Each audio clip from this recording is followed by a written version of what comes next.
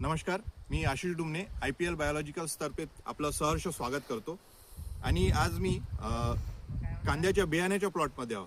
जसं की तुम्हाला इथे पाठीमागे बघता येणार, हा बियाण्याचा प्लॉट आहे आणि आता हा बोंड्यात आलेला आहे। हे बघा, तुम्ही दिसते इथे। शेतकरी मित्रांनो, यावेळेस इथे थ्रिप्सचा अटॅक भरपूर प्रमाणात या प्लॉटमध्ये आपल्याला दिसून येत आहे आणि इथे थ्रिप्सचा अटॅक भरपूर प्रमाणात येतो।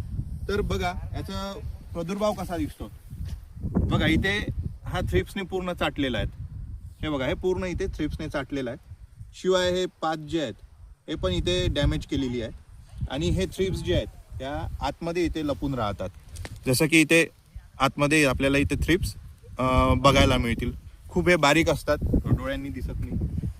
तर अशा या थ्रिप्सचं इथे नियोजन करणं खूप गरजेचं आहे, कारण अशा थ्रिप्सचं नियोजन केलं नाही तर हा जो स्टंप आहे हा खराब होतील आणि इथे आपल्याला उत्पन्न घटण्याचे इथे चान्सेस जास्त आहेत। तर बियाण्याच्या प्लॉटला आपण केमिकल पद्धतीने इथे कंट्रोल न करता इथे आपण बायोलॉजिकल्स मध्ये जाणे गरजेचे आहे। याचे कारण एक की इथे पॉलिनेशनसाठी मधमाशीचा खूप मोठा वाटा असतो आणि आपण जर केमिकल या प्लॉटमध्ये वापरले तर मधमाशी तुम्हाला इथे दिसणार नाही किंवा त्या केमिकलच्या वासाने मधमाशी इथे येणार पण नाही। तर तुम्ही बायोलॉजिकल्समध्ये येऊ शकता, जसं की व्हर्टिसिलियम लेकेमी आणि मेटॅरायझा ॲनिसोपी या दोन जैविक कीटकनाशकाचा आपण वापर केल्यास आपल्याला थ्रिप्स कंट्रोल चांगल्या प्रकारे करता येईल।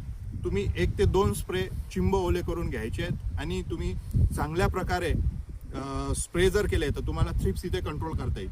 तर शेतकरी मित्रांनो, तुम्ही IPL बायोलॉजिकल्सच घेत असाल तर वरुणास्त्र या नावाने तुम्हाला व्हर्टिसिलियम लेकेमी मिळतील आणि कालीचक्र या नावाने मेटॅरायझा ॲनिसोपी या दोन जैविक कीटकनाशक तुम्हाला या नावाने मिळतील आणि नक्की तुम्ही स्प्रे करून आपण इथे थ्रिप्सचा कंट्रोल करा। धन्यवाद।